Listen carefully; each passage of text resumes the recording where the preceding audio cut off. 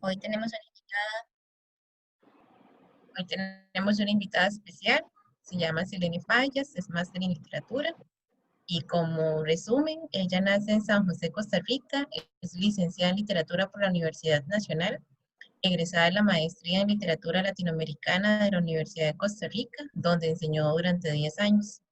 Ha publicado diversos artículos sobre literatura costarricense y latinoamericana.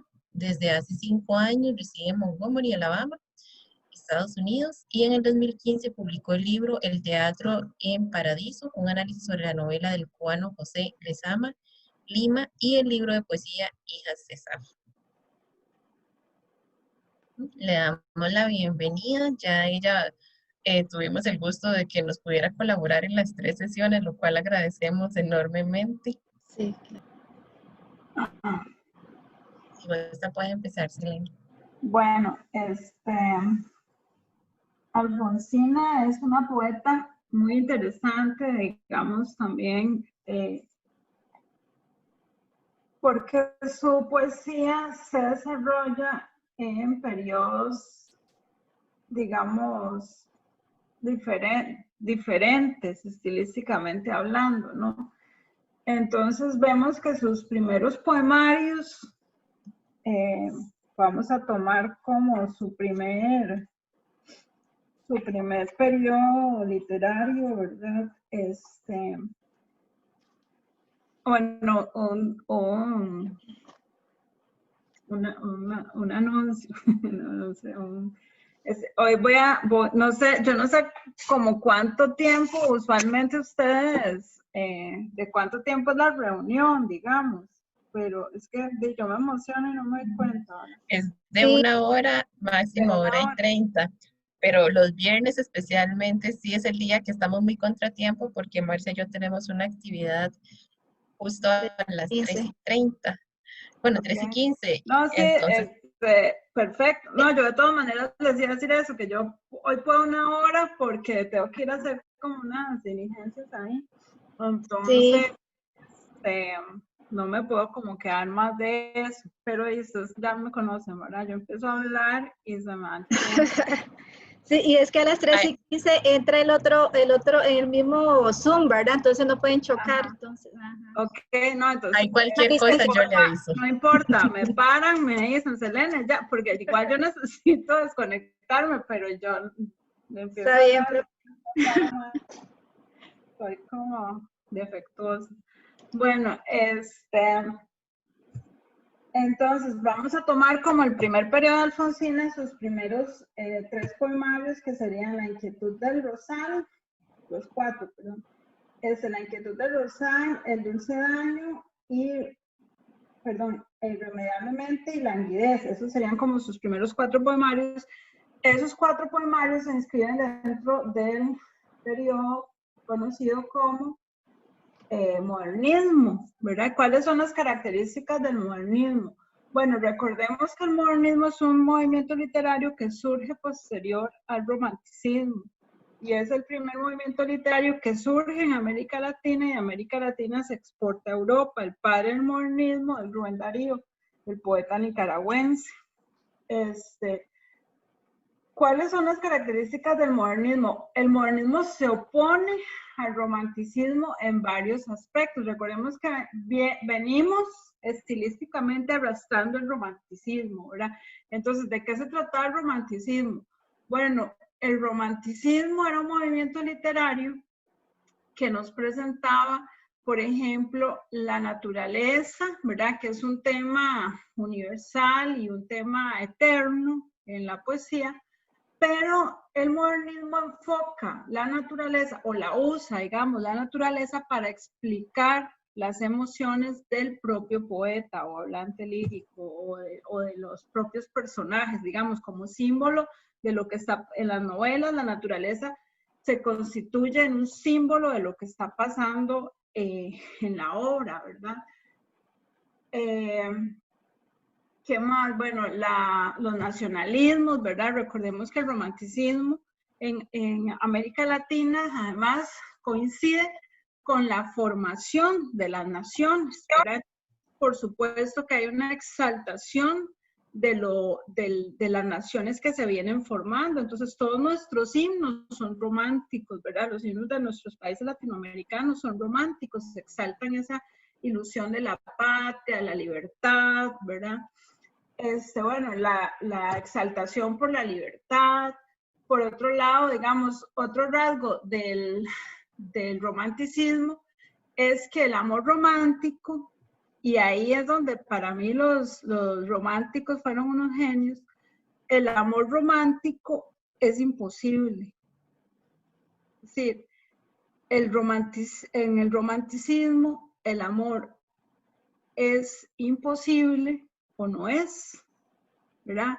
Entonces tenemos, por ejemplo, los poemas de Becker, ¿verdad? Que digamos, el poema de Becker que define el romanticismo, por decirlo así, no el romanticismo, el amor romántico, sería la rima esta que dice: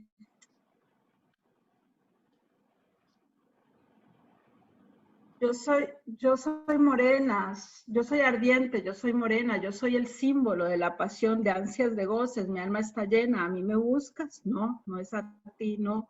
Yo soy pálida, mis trenzas de oro, yo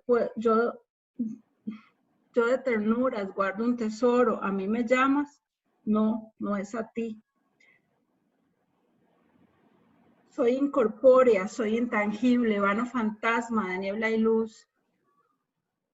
Soy un imposible, no puedo amarte, o ven tú, ¿verdad? Entonces, eso es el amor romántico, ¿verdad? Usted se enamora de lo que exactamente nunca va a poder alcanzar, ¿verdad? Entonces, no sé, digamos, para uno, o para ubicarnos en nuestro contexto, es como que yo me enamore de Brad Pitt o de Kenny Reeves o algo así, ¿verdad? Entonces, claro, es el hombre perfecto, ¿verdad? Pero yo nunca lo voy a tener. Entonces, claro que siempre claro que siempre lo voy a amar, porque lo más cerca que voy a estar de conocerlo es, ¿verdad? Mediante una pantalla o a, no sé, 300 kilómetros, no sé, o sea, nunca me va a maltratar, nunca me va a decir algo que me va a ofender, nunca, ¿verdad? Nunca me van a despertar sus ronquidos, etcétera, etcétera. Entonces, nunca va a haber posibilidades de encanto, ¿verdad? Entonces, claro, el amor romántico en ese sentido es un amor totalmente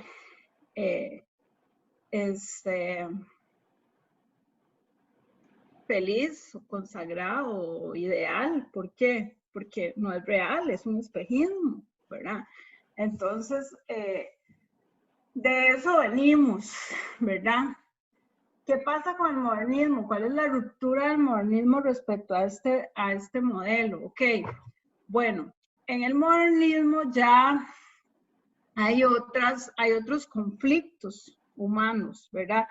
El romanticismo, digamos, el gran problema de fondo, el gran problema filosófico del romanticismo es la libertad. Para el modernismo, el gran problema de fondo es justamente la modernidad. Es decir, ya empezamos otro estilo de sociedad, ya el mundo empieza a industrializarse, ¿verdad? Y eso causa un montón repercute directamente también en la filosofía, ¿no? Entonces ya hay un montón de preguntas filosóficas diferentes, ¿verdad? Y empiezan a surgir también los tópicos o las grandes dicotomías, ¿verdad? Campo, ciudad, industrial, artesanal, humano versus máquina, ¿verdad? Entonces ya la filosofía también cambia de problemas, ¿verdad? O diversifica los problemas y los temas, y el modernismo es heredero de esos nuevos temas o problemas, ¿verdad? Entonces la naturaleza en el modernismo ya no va a ser, ya no se va a usar para exaltar los sentimientos propios de los personajes o del yo lírico, sino que se va a utilizar como un telón de fondo, ¿verdad? Simplemente, y además, por ejemplo, si ustedes recuerdan a Quiroga, por ejemplo, en Quiroga la naturaleza es más bien como o hay una constante lucha entre hombre y naturaleza, ¿verdad? Esa es como la dicotomía. Y justamente eso es, esa viene siendo, ¿verdad? La gran pregunta, ¿verdad? O la gran dicotomía por resolver, ¿verdad? Entonces, la naturaleza deja de ser un eco de nosotros para convertirse en algo externo, ¿verdad? Para convertirse ya, o sea, ya nosotros dejamos de identificarnos con la naturaleza, con el paisaje, dejamos de identificarnos como sujetos líricos, digamos, con el paisaje, con la naturaleza, con todo eso para usar la naturaleza como un escenario, ¿verdad? Entonces ya la naturaleza se va a convertir en aliada o en enemiga, ¿verdad? Va a ser algo que está ahí jugando un papel, ¿verdad? Pero, digamos, ya, o sea, ya no es parte de nosotros, sino que la sacamos, ¿verdad? Ya está ahí, es un elemento aparte, un telón, ¿verdad? Ok, el amor, ¿cómo es el amor modernista? El amor modernista ya no es como el amor romántico, que es imposible, que es fantasioso, que es,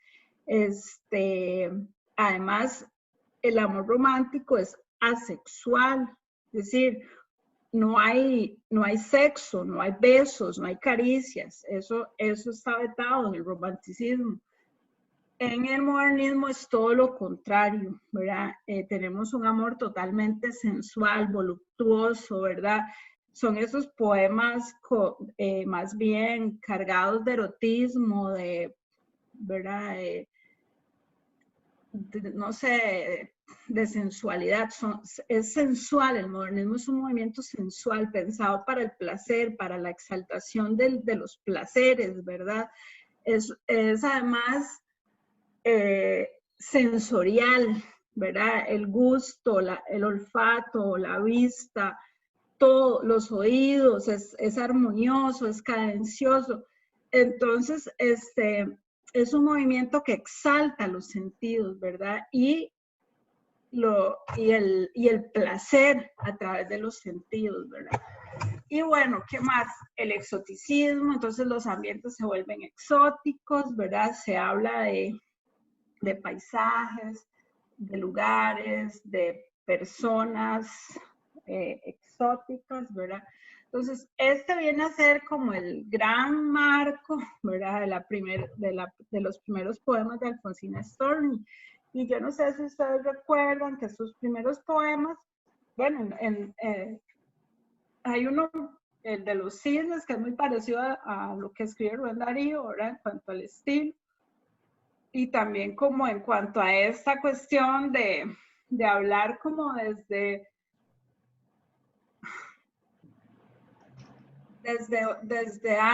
el gusto, digamos, no desde el dolor, sino como desde el placer, ¿verdad? El primer libro de Alfonsina es un libro más en ese sentido, es tal vez el más modernista de sus libros, ¿verdad? Porque ahí encontramos como más dulzura. Ya nosotros, ¿verdad? A pesar de que siguen siendo poemas modernistas, encontramos ya, por ejemplo, en Irremediablemente, ya se presenta más el tema de la desilusión, ¿verdad? Ya ella muestra un hablante lírico mucho más desencantado de lo que aparece en La inquietud del Rosal.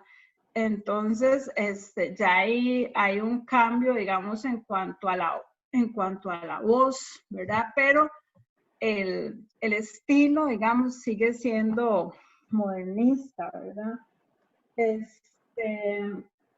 Igual encontramos siempre el erotismo como uno de los temas fundamentales en la poesía alfonsina, ¿verdad? La naturaleza también. Pero sí, digamos que el dulce daño, Irremediablemente y La nidez ya son poemarios donde hay un mayor pesimismo, por decirlo de alguna manera, ¿verdad? O un hablante lírico mucho más pesimista, ¿verdad? Luego Alfonsina, después de escribir después de su primera etapa, ella vendría a ubicarse con su poemario Ocre, en lo que se dice o en lo que se ubica como el posmodernismo, ¿verdad? El posmodernismo es un movimiento que, bueno, como su nombre lo indica, viene a sustituir al modernismo, ¿verdad? Entonces, ¿cuál va a ser, digamos, la búsqueda estilística de los posmodernistas?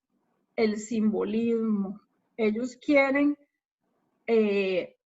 convertir el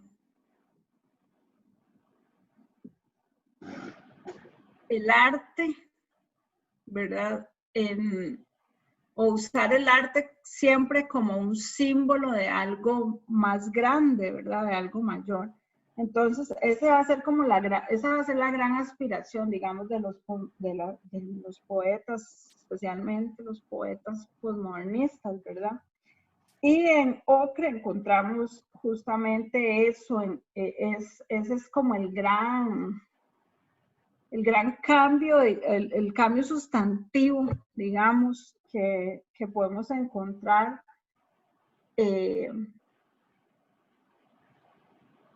entre Ocre y su etapa anterior, ¿verdad? Entre los poemas de Ocre y de su etapa anterior hay un mayor simbolismo, ¿verdad? Los poemas empiezan en esa búsqueda más fuerte, ¿verdad? De convertirse más bien, no de convertirse, sino como de dialogar con algo más grande, ¿verdad? Más grande que la subjetividad. Y finalmente, la última etapa de Alfonsina, ¿verdad? Sería con sus últimos poemarios, que son Mundo de Siete Pozos y Mascarilla y Trébol, donde ya encontramos tintes vanguardistas. La vanguardia es un movimiento que se da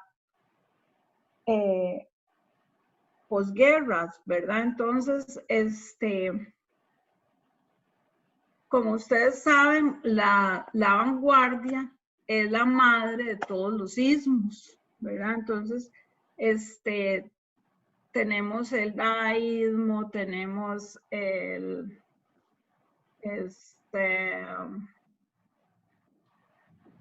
creacionismo, que justamente, bueno, el creacionismo lo funda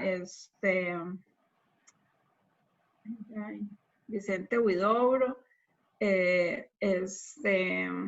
Tenemos a Borges también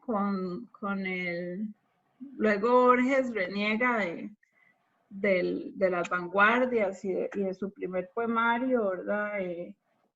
Que es que se inscribe dentro de uno de los sismos. Ahorita se me escapó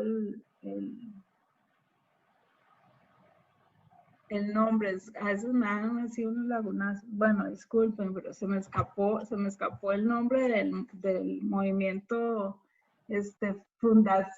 fundacional, digamos, de Borges. Borges se inscribe, digamos, como un poeta vanguardista, abandera este ismo, ¿verdad? Y su primer poemario lo hace con esa estética, el ultraísmo, ya me llegó, el ultraísmo, y así van desfilando de todos los ismos, ¿verdad?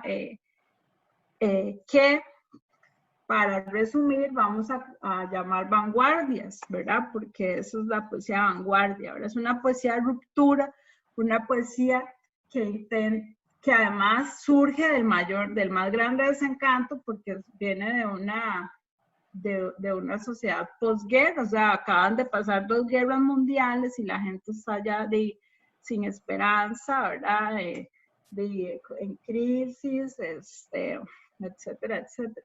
Entonces, imagínense, o sea, las crisis económicas, ¿verdad? Durísimas, o sea, aparte,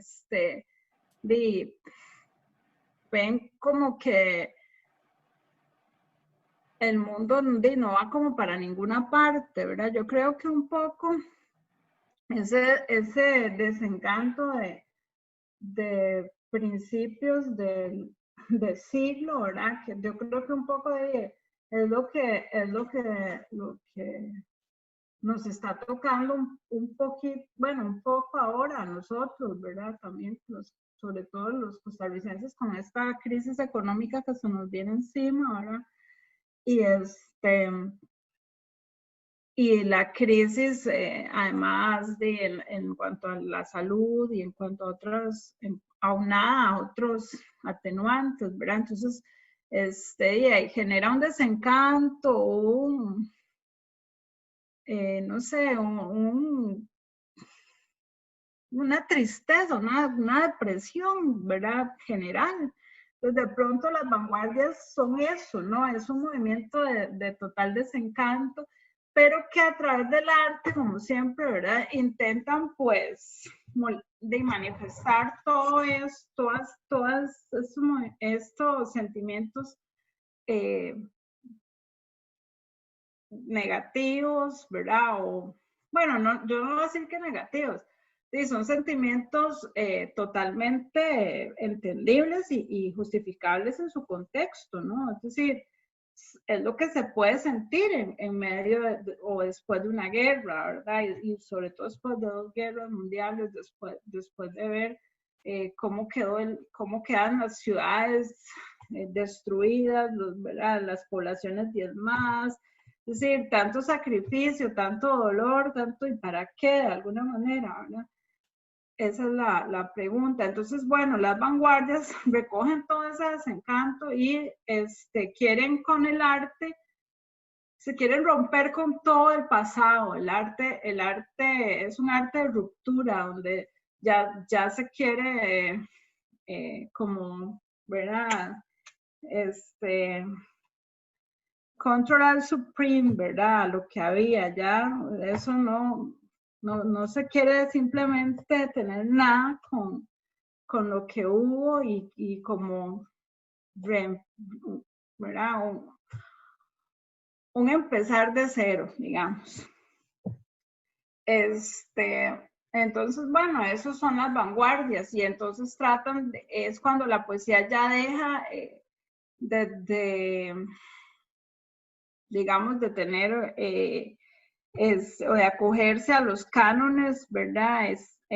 Estilísticos y a la rima y a los versos, ¿verdad? Entonces, ya se habla del verso libre o la poesía en prosa o los famosos poemas que, por ejemplo, hacía Oliverio Girondo, que eran ideogramas, digamos, él hacía un poema, ¿verdad? Y las palabras tenían la forma del título del poema, por decir algo. Entonces, el más famoso es el espantapájaros, que ustedes ven el poema y es un espantapájaros, ¿verdad? Está escrito así con ¿verdad? ¿Y quién es ese del espantapájaro? Perdón. Oliverio Girondo. Es un poeta argentino también, contemporáneo, tal vez un poco más joven que Alfonsina, pero convivieron, es decir, sí se conocieron. En fin, ¿verdad? Es otra, la poesía ya toma otros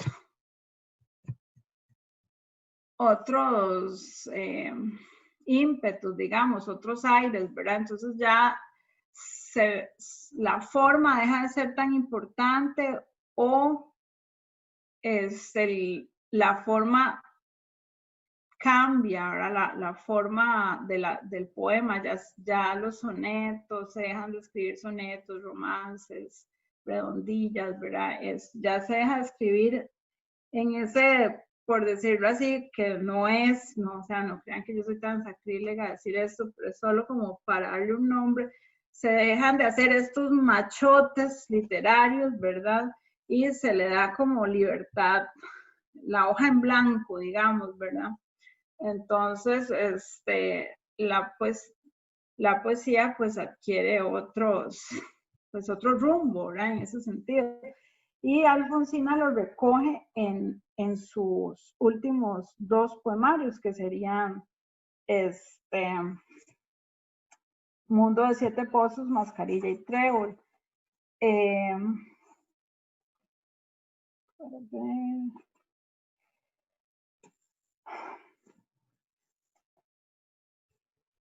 Entonces, bueno, eso básicamente sería, digamos, como el gran marco, ¿verdad? Estilístico en el que Alfonsina se mueve, ¿verdad? Ella, digamos, que pasa por estos 3 periodos literarios, o 3, no periodos, digamos que 3 facetas, o 3 estilos, o 3, sí, estilos, ¿verdad? O, movimientos literarios, lo cual es raro, digamos, en un poeta, porque por lo general no les alcanza el tiempo como para ver pasar tantos cambios estéticos, ¿verdad? Sin embargo, en el caso de Alfonsina, pues tal vez por empezar a escribir muy joven, ¿verdad? Pudo como desarrollar, digamos, estos 3 movimientos literarios en su propia obra, ¿verdad? No sé, creo que podríamos hablar también de los temas fundamentales en la poesía alfonsina. Los temas fundamentales en la poesía alfonsina pues son el amor, pero el amor desencantado, digámoslo así, ¿verdad? Las relaciones hombre y mujer en cuanto a su inequidad, ¿verdad? En cuanto a su queja, digamos, a su eterna queja por la inequidad existente o subyacente entre hombres y mujeres. La muerte, que está en toda su obra, ¿verdad? El mar, que también viene a ser un símbolo muy fuerte en la poesía alfonsina, ¿verdad? Ella siempre se sintió fascinada por el mar. Alfonsina siempre hablaba del mar con amor, con asombro, con pasión, digamos, ¿verdad? El mar para ella era vital, ¿verdad? De hecho, hay un poema muy bonito, de Preguntas a mi madre, creo que es, que ella le pregunta a la mamá si sí, como que en el momento de su fecundación, ¿verdad? Estaba, o había alguna alusión al mar, ¿verdad? En el momento en que ella nace, ¿verdad? O sea, o en el momento en que ella es fecundada, porque ella siente como esta fascinación por el mar, ¿verdad? También incluso en un poema que hace dedicado a su padre y a Horacio Quiroga,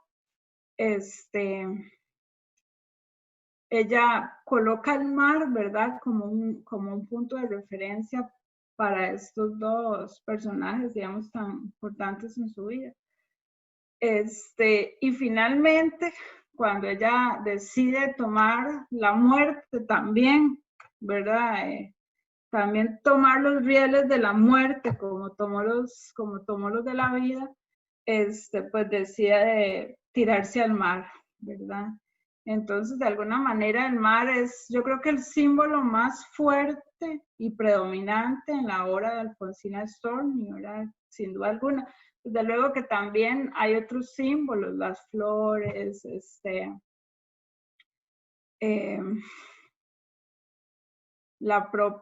digamos, la madre, la figura de la mujer, ¿verdad? De la mujer madre, de la mujer, la mujer animal también, la mujer de instinto, ¿verdad? Porque de alguna manera Alfonsina siempre cuestionó también a las mujeres, ¿verdad? Y siempre las instó a no quedarse en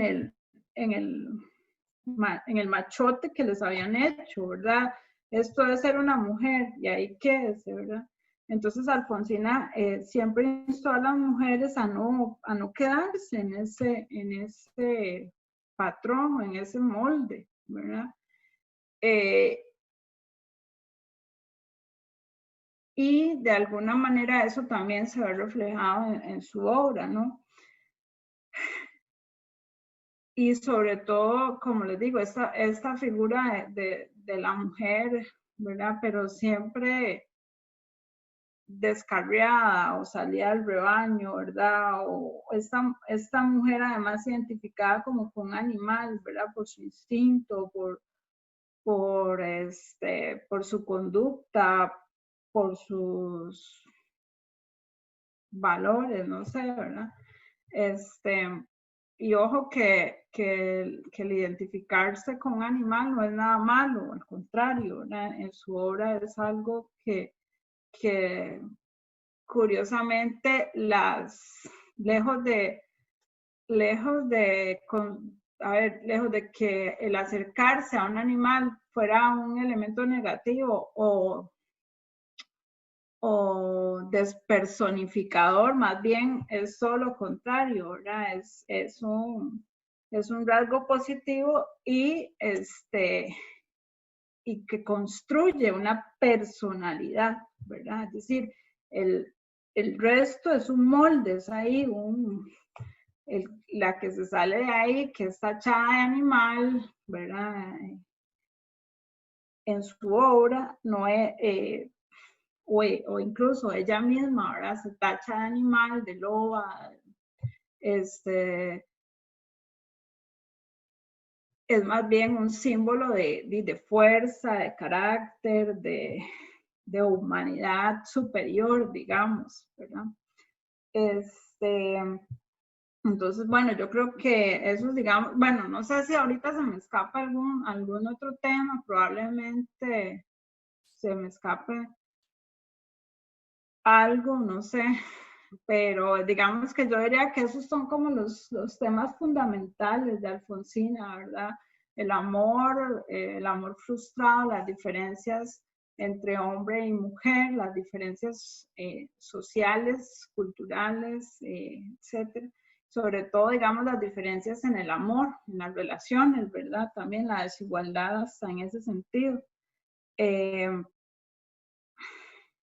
la mujer en sí misma también como un símbolo más grande que ella misma, ¿no? La mujer madre, la mujer independiente o diferente, ¿verdad?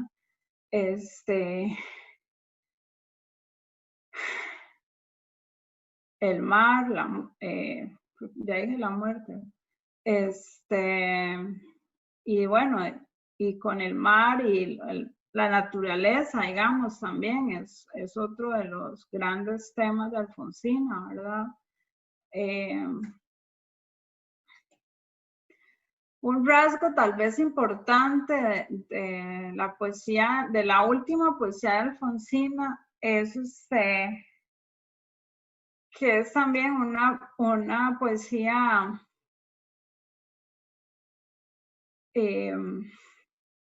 sí, claro, cargada de emociones, de sentimientos, ¿verdad? De pasión, pero también es una poesía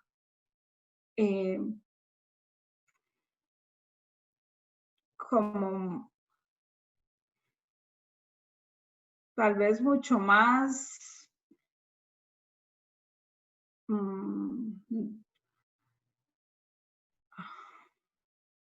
¿cómo les explico?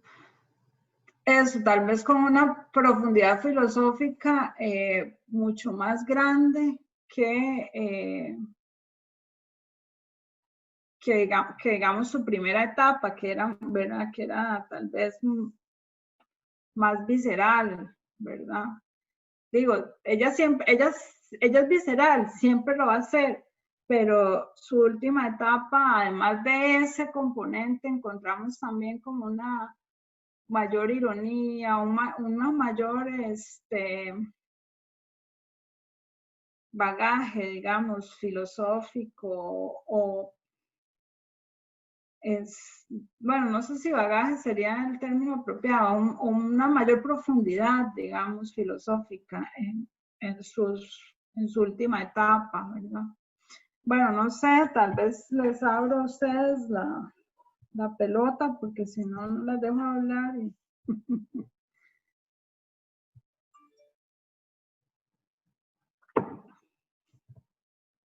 La que guste compartir. Mari Marchena, buenos días. Buenas tardes, bienvenida. Buenas, aquí estoy. Buenas tardes. Lo que gusten preguntarle a la invitada o lo que gusten comentar, porque hoy se nos va temprano. Bueno, yo quiero destacar la importancia que dijo ella de los tipos de poesía. Como el ejemplo puede ser, por ejemplo, bueno, yo tengo como 3 libros de poesía y Amado Nervo es como muy espiritista, bueno, muy espiritual, como muy de Dios, digamos.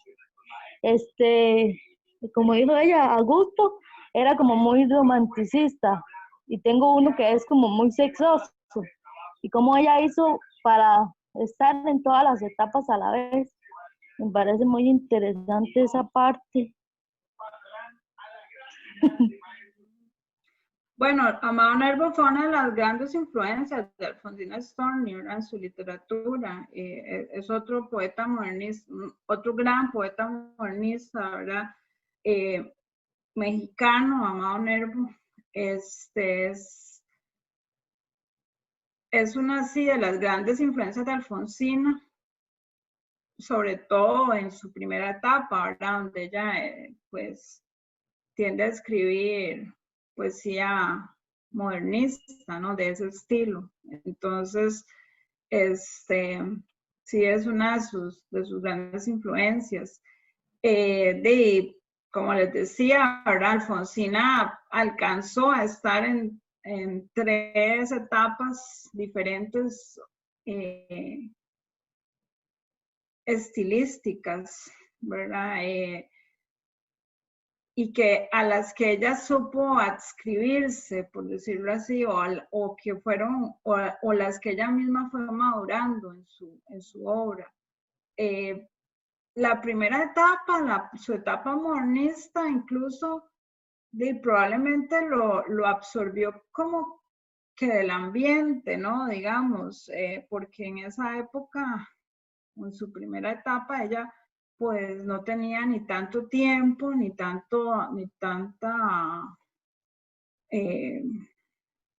ni dinero para leer, ¿verdad?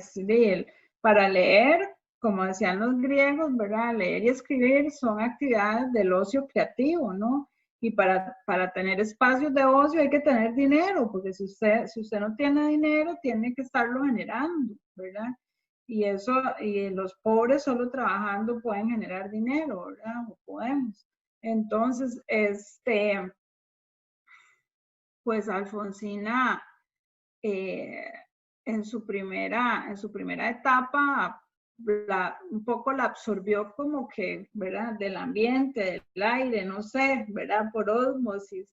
Probablemente uno dice eso, pero ahí es que eran otros tiempos, ¿verdad? Entonces, la radio, las canciones, todo de alguna manera está cargado de eso. Es una cuestión que está en el aire, ¿verdad? Desde la ropa, ¿verdad? La música, todo se va tiñendo, ¿no? De esas características estéticas. La segunda etapa, que es esta posmodernista, que en realidad no, entre el modernismo y el posmodernismo la ruptura no es tan grande, ¿verdad? Aunque sí hay ya filosóficamente un cambio desde lo que preocupa, ¿verdad? Al artista después del modernismo, ¿verdad?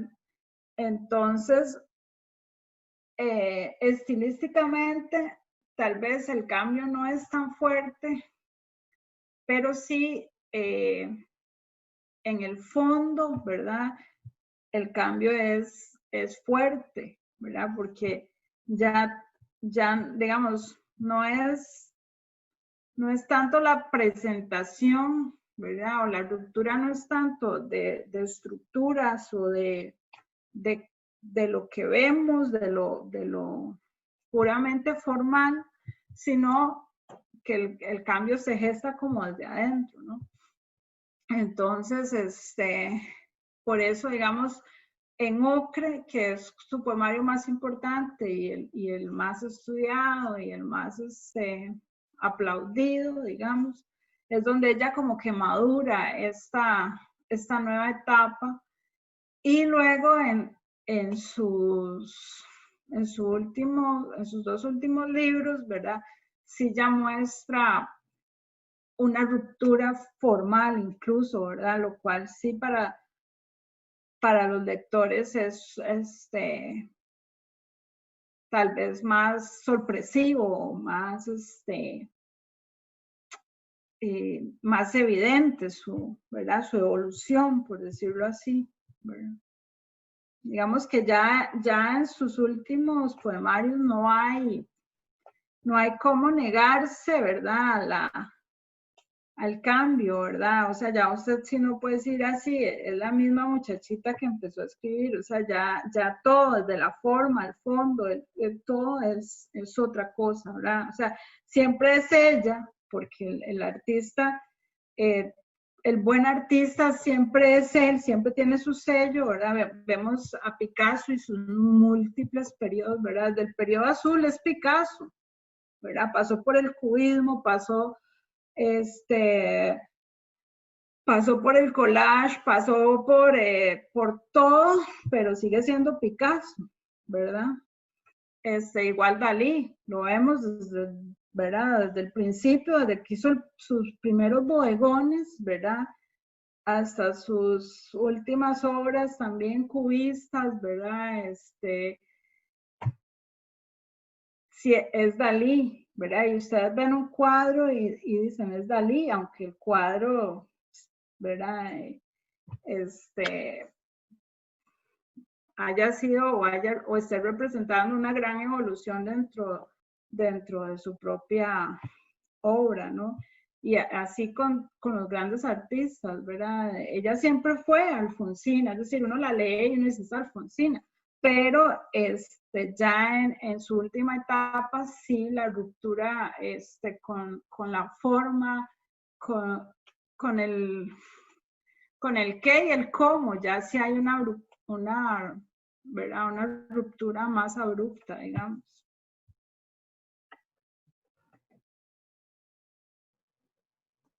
¿Alguien más que desee compartir algo? Bueno, yo podría decir que al principio recuerden que el poema de ella es invisibilizado, ¿verdad? ¿Por qué? Porque también ella era una persona que había venido y de ahí la crítica literaria que se le hace a ella, ¿verdad? Que no le dan chance, porque no es no sé, tal vez se está aplicando como un regionalismo. Y eso la hace como que no se le dé esa oportunidad. Sin embargo, el amigo de ella que le da esa oportunidad de que publique esos primeros trabajos y la parte de migrante ahí es superada y luego ella supera todas las etapas que vive, ¿verdad?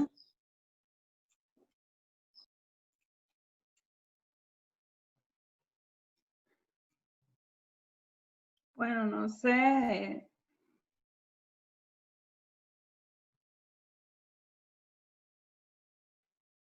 ¿Qué? A mí se me está pegando mucho la computadora. Doña Mari es.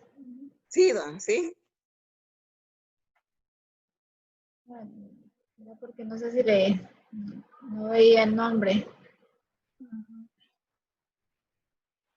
Bueno, no sé, digamos, Alfonsina, bueno, su primer libro, ella lo publica ella, lo queda debiendo, incluso nunca lo puede pagar a la persona que se lo imprime.